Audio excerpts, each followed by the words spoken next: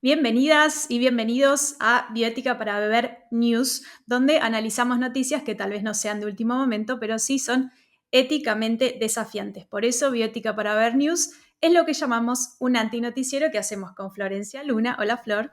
Hola, Pau. Y con Victoria Rodríguez. Hola, Vicky. Hola, Vicky. Hola, ¿cómo están?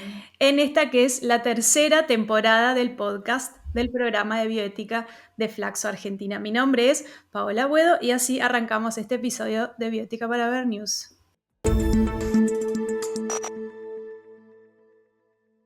En el día de hoy vamos a trabajar una noticia que se titula así. Volví a saber lo que era la alegría, electrodos en el cerebro contra la grave anorexia de Belén. Es una nota que se publicó en el diario El País, que es un diario español, y la bajada de la nota, si me permiten, porque es bastante explicativa de la nota, dice: el Hospital del Mar, que es un hospital de la ciudad de Barcelona, practica una técnica experimental de neuromodulación para reducir síntomas de ansiedad y obsesión en los casos más resistentes de este trastorno alimentario. Y la nota da cuenta de la experiencia justamente de Belén, que es una persona que hace muchos años viene transitando una anorexia severa combinada con otros trastornos mentales como es una depresión y ansiedad, que consume muy pocas calorías por día, tanto es así que a veces no se puede levantar de la cama porque no tiene energía, masa muscular, etc. Y después de muchos intentos de todo tipo de terapias, recurre a la neuromodulación, o lo que también se llama estimulación cerebral profunda, que después vamos a explicar brevemente de qué se trata. Y eso, como dice el título de la nota, efectivamente le trajo algunos beneficios, como por ejemplo volver a sentir la alegría, incluso hasta ganas de comer, lo que le permitió tener más energía, poder moverse, caminar. Camina mucho, cuenta en la nota, una vez que ha reiterado esta terapia un determinado tiempo. Pero bueno, tiene varias cuestiones que podemos debatir, empezando por lo de la técnica experimental, ¿no? Flor, ¿qué te pareció la nota? Mira, la nota me pareció muy interesante, ¿no? Se empiezan a hablar de estas nuevas terapias, pero digamos, lo que yo pensaba era que este tipo de terminología, terapia experimental, técnica experimental, de alguna manera lleva ciertas confusiones, porque en realidad pareciera ser que estas son más bien investigaciones y debieran estar dentro del ámbito de la investigación propiamente dicha. Hay todo un área que se llama ética de la investigación que trata justamente sobre esto y sobre la que hemos trabajado mucho tiempo y que tiene un cierto marco teórico, un cierto marco ético que hay que respetar. Ahora, el problema que hay es que en general en la ética de la investigación, los comités de ética en general están muy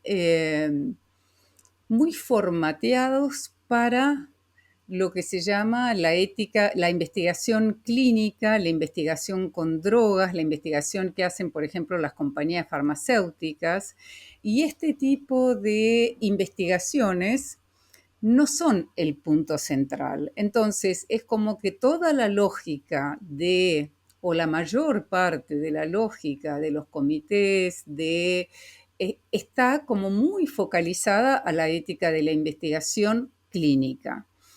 Y a mí me parece que acá sería mejor si se hablara más bien de una técnica en investigación que una técnica, digamos, experimental, digamos, en donde pareciera que es terapia, pero terapia novedosa y no queda muy clara. Igualmente, me parece que también tenemos que reconocer cuando uno lee la nota que la misma médica que realiza esta técnica es muy cauta y todo el tiempo está señalando que es algo nuevo, que hay muy pocos casos, que tienen que ser casos muy, pero muy severos.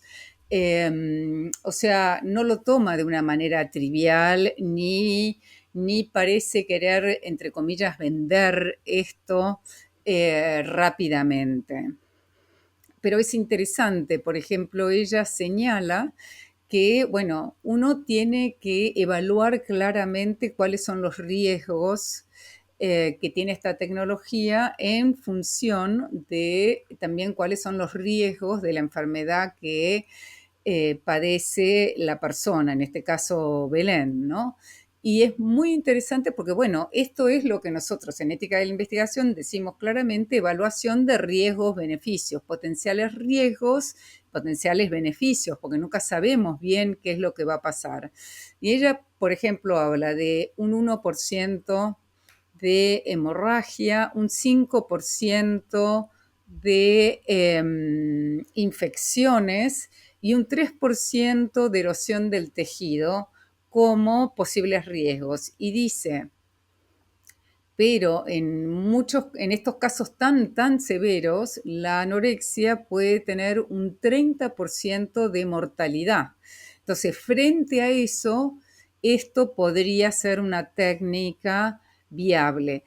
Si uno lo trabaja, me parece, más claramente desde el marco teórico de la ética de la investigación, esto parece ser mucho más aceptable, porque uno puede decir, otra cosa que es muy interesante de la ética de la investigación es que se plantean etapas. Por ejemplo, en investigación clínica, primero está la investigación en laboratorio, después que es todo lo que tiene que ver también con investigación básica, después la investigación en animales, después la investigación en voluntarios sanos, después la investigación en primera fase con muy poco, que es esta de voluntarios sanos, pero con muy pocos personas que participen. Luego ya empiezan a haber mayor cantidad de participantes hasta la etapa aún después de obtener la patente. Entonces, es más claro que uno está en una investigación, aún con las dificultades que muchas veces tenemos las personas de aceptar que estamos en una investigación. Muchas veces las investigaciones tienen, digamos, en general se hacen en como dos brazos y en donde se prueba, como mínimo, ¿no? Se prueba el tratamiento nuevo, la droga que se está brindando contra, por ejemplo, el mejor tratamiento probado, lo que está, digamos, en el mercado aceptado y lo mejor. Entonces, si tenemos en cuenta todas estas fases, estos pasos que hay que ir dando en la investigación clínica, vemos que esto no es tan claro en este tipo de investigación más experimental o con ciertos mecanismos. No se usan dos brazos comparadores de la misma manera. Entonces, si bien uno puede tener elementos en común, como puede ser la evaluación riesgo-beneficio, que yo decía que está de alguna manera presupuesto en estos comentarios que hace la médica, o el consentimiento informado, o cuestiones por el estilo, digamos, que pueden estar presentes, no hay toda esa claridad de decir, bueno, ahora ya esto, digamos, puede estar puesto en el mercado, puede ser ofrecido como tratamiento, ¿no? Porque por ahí no hay una patente de la misma manera que lo hay con una droga, ¿no? Entonces,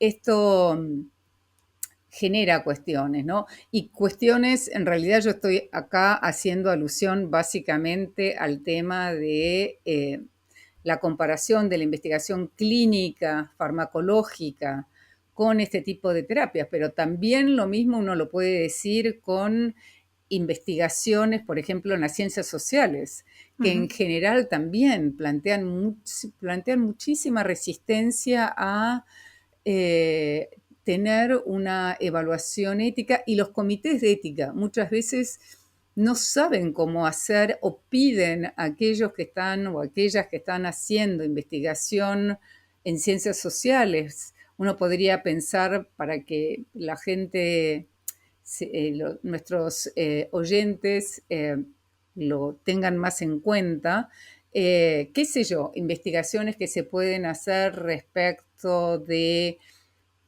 violencia familiar, abortos que no se proveen, cuestiones también, investigación en ciencias sociales relacionada con enfermedades psiquiátricas que plantean una serie de problemas éticos también y que hay que tenerlos muy en cuenta.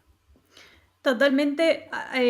Ahora que hablamos de esto, le recomiendo a nuestros oyentes 2 episodios que tenemos sobre ética de la investigación de nuestra primera temporada y de la segunda temporada de ética de la investigación en ciencias sociales que grabamos con Florencia Santi, quien escribió una tesis doctoral sobre el tema, así que recomendamos si quieren profundizar en estos 2 temas.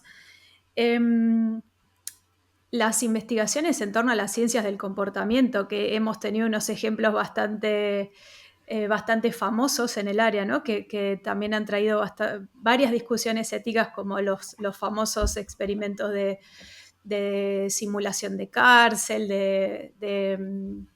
no El me acuerdo, famoso Tea Room Trade, tea room trade. que era un investigador que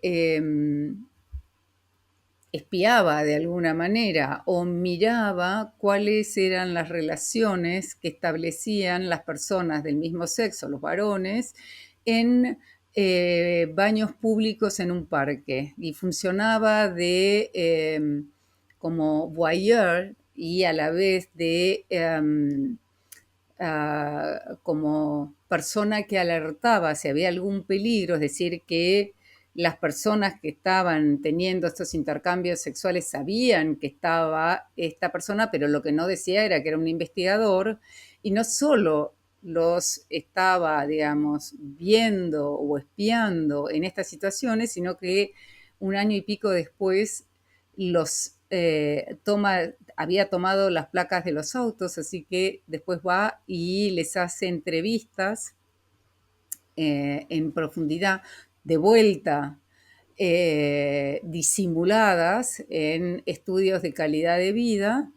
Eh, y bueno, también, por ejemplo, plantea serios problemas éticos. Así que las investigaciones en ciencias sociales tienen también lo suyo. Pero por ahí nos estamos yendo de Nos nuestro estamos tema yendo. principal acá. Quería decir que no me saliera de respeto a la autoridad, que es otro gran estudio. Y lo de Tea Room, para cerrar la idea, era que en realidad esos hombres eran hombres que estaban casados y que tenían familias. Entonces lo que hace este investigador después es escribir un libro, mostrar la vida dual que tenían y bueno, fue bastante escandaloso. Pero por eso les Sí, recomendamos este episodio de y en Florencia. realidad, y esto también es interesante, fue bastante escandaloso, pero en realidad mostró que había como un estereotipo de la persona homosexual. Estos estudios fueron hechos en los 60 por ahí, y que en realidad no era así, que había muchas Exacto. personas que eran bisexuales, que tenían una vida familiar, tenían hijos y que esto no correspondía. Lo cual habla de que a veces las investigaciones pueden brindar conocimientos que sean interesantes o valiosos, pero eso no quita que Ujú. la forma en la cual se realizan sea muy problemática y no esté respetando a las personas que están participando de esas investigaciones. En ciencias sociales el tema del engaño es muy cuestionado, es muy problemático, porque hay algunas investigaciones en donde uno puede justificar el engaño. Por ejemplo, cuando uno está analizando cuestiones que tienen que ver como con la calidad de las prestaciones, uno no puede decir, vengo a estudiar cómo está tratando, por ejemplo, a sus empleados o empleadas, o cómo está qué sé yo, tratando a sus pacientes, ¿no? Uno en esos casos tiene que pedir permiso a un comité de ética, digamos, hay otras formas de actuar al respecto, pero sí, también hay normas claras para tener en cuenta, tiene que después pedirle permiso a las personas una vez que hizo estas investigaciones, tiene que obtener el permiso y si la persona no quiere, esos datos no pueden participar. Hay una serie de requisitos que son muy importantes, pero como decíamos, por ahí nos vamos hacia otro amor que es la ética de la investigación. Y nos Exacto. estamos Pero bueno, escapando de esta nota tan interesante. es pertinente en el sentido de que finalmente siempre que haya investigación tiene que haber por lo menos una evaluación ética para ver justamente si es necesario hacer una evaluación ética más profunda o no. En este caso, como mencionábamos al principio, evidentemente, si bien la médica que cuenta la nota, como decías vos, es muy cautelosa, pero a veces parece que hay como una opacidad en ver cómo ese proceso de investigación está siendo llevado a cabo. Quería explicar brevemente de qué se trata este proceso de estimulación cerebral profunda o neuromodulación, porque creo que también es importante en esto de balancear los riesgos-beneficios. Vos decías cuál es el riesgo de sangrado. Lo que hay que saber es que lo que se hace es introducir electrodos dentro del cerebro, o sea, para eso se agujerea el cráneo, se colocan los electrodos con unos brazos robóticos en lugares del cerebro que se supone están asociados a determinado trastorno, determinada enfermedad.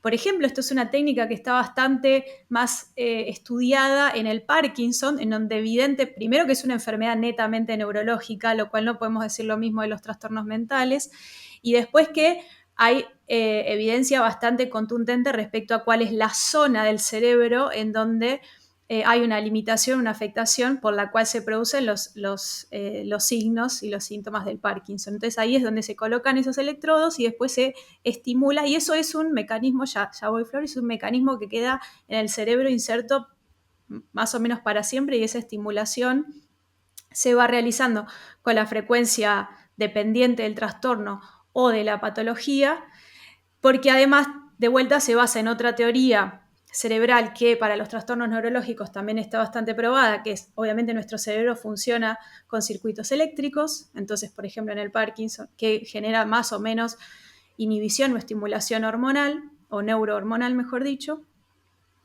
Pero eso también para los trastornos o padecimientos mentales está un poco más cuestionado, o no tenemos la evidencia suficiente para sostener eso. Pero la técnica de estimulación cerebral profunda se trata de eso, y un poco acá vienen los riesgos de la cirugía en sí misma, de agujerear, por más que sean agujeros muy pequeños, pero finalmente estamos agujereando el cráneo, estamos introduciendo cosas adentro del cerebro, estamos generando una total dependencia, porque después ese dispositivo posiblemente no se retire más, y otras cuestiones que también deben ser evaluadas, ¿no? Por supuesto, y el otro punto que a mí me parecía interesante es que cuando se habla de este tipo de técnica en el Parkinson, ya hay más de 30 años de experiencia, lo cual también habla de el corto, mediano y largo plazo, ¿no? Exacto. Si volvemos a los estudios clínicos, por ejemplo, hay estudios post-marketing, que son los famosos fase 4, en donde se ve a ver si algo se filtró, si cuando salimos, porque también es verdad que los estudios son en situaciones muy controladas, en situaciones muy específicas, con personas que tienen determinadas características. Cuando esto se pone en el mercado, o sea, no cualquiera, pero es muchísimo más amplia la gama de personas que pueden utilizarlo. Entonces, esto está previsto en la investigación clínica. En cambio, en este tipo de investigaciones no es tan claro, no es tan claro hasta cuándo hay que probar, cuál es el largo plazo, el mediano plazo, el corto plazo, ¿no? ¿Qué es lo que va a pasar, por ejemplo, qué sé yo, con esta persona, Belén? Bueno, lo sabemos, esto se hizo creo que en el 2023, pasó recién un año, ¿no? Y tuvo un problema, se le infectó Sí. lo que tenía, así que, y ahí se lo tuvieron que sacar, volver a poner, y cuando se lo sacaron volvió para atrás, o sea que hay esta dependencia a largo término. Y como vos decías, no es algo menor, es bastante invasivo. Si bien no es que le parten en dos el cerebro, es bastante invasivo. Y me parece que otro punto que también hay que recalcar es que, como vos decías muy bien, en el Parkinson es una enfermedad neurológica. Estos elementos que tienen que ver con lo psi no están tan presentes. Puede tener consecuencias en el ánimo, pero como consecuencia de este tipo de padecimiento. En cambio, la anorexia u otro tipo de, porque creo que también lo intentaron con depresiones y tampoco funcionó muy bien, depresiones profundas, ¿no? Porque hay otros elementos, como vos señalabas, ¿no? Totalmente, sobre todo en los trastornos, podemos hablar de muchos elementos que están asociados a los trastornos mentales o padecimientos mentales, pero sobre todo en los trastornos alimenticios.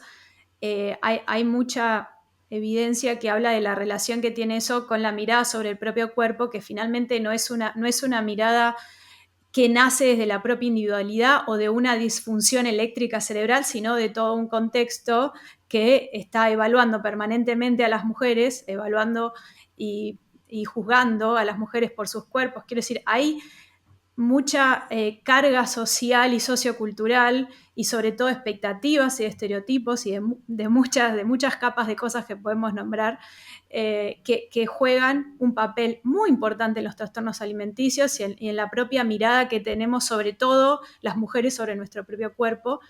Y eso tiene bastante poco que ver con que haya un problema eléctrico o de neurotransmisores en nuestro cerebro. Si bien obviamente eso en el mediano plazo puede, y de hecho genera cuestiones en el cerebro, pero finalmente el origen es otro y a mí un poco lo que me preocupa de estas cuestiones, si bien insistimos, la nota es muy cautelosa, es cuál es el impacto de mediano plazo, no solo para los participantes, sino para la propia concepción de qué es un problema de salud mental o qué es un trastorno alimenticio o qué es la anorexia, ¿no? Porque si no parece que finalmente necesitamos solamente desarrollar respuestas individuales porque hay personas que son deficitarias y no estamos, Tecnologías. exacto, y no estamos mirando en qué contexto aparecen esas cosas, ¿no? Sí, a mí me parece además muy interesante lo que estabas diciendo, Pau, y hay otra cuestión que también es muy importante, yo creo que hay que recalcar de esta nota, y es el tema de el brindar una adecuada información, porque como decíamos, si bien la médica y la nota son bastante cautelosos, bueno, eh, digamos, la información, la publicidad que se da puede llevar a que, bueno, una persona que escuchó, que empieza a comentar, no necesariamente todo el mundo lee toda la nota hasta el Exacto. final y ve todas los, digamos, las cautelas que ponen tanto la periodista como la médica.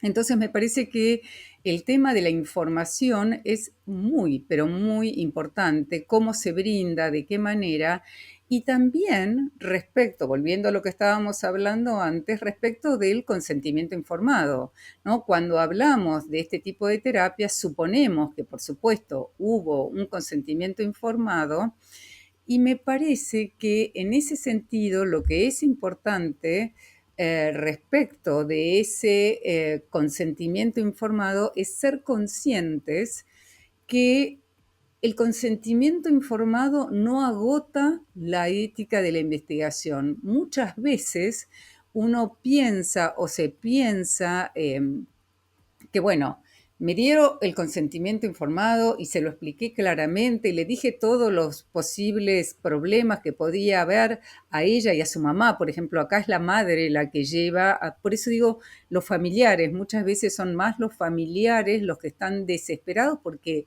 bueno, ven a su ser querido que puede estar muriendo, ¿no? Que está en riesgo. Entonces, el tema del consentimiento informado hay que tener muy en cuenta, y yo siempre lo repito en mis clases, es una condición necesaria para hacer la investigación, es importantísimo y es necesario que haya un excelente consentimiento informado, que no es la firma de un documento, sino es este proceso ético, uno tendría que recalcar, de justamente informar de todos los problemas, escuchar cuáles son las dudas, qué es lo que no se entiende bien, etcétera, etcétera.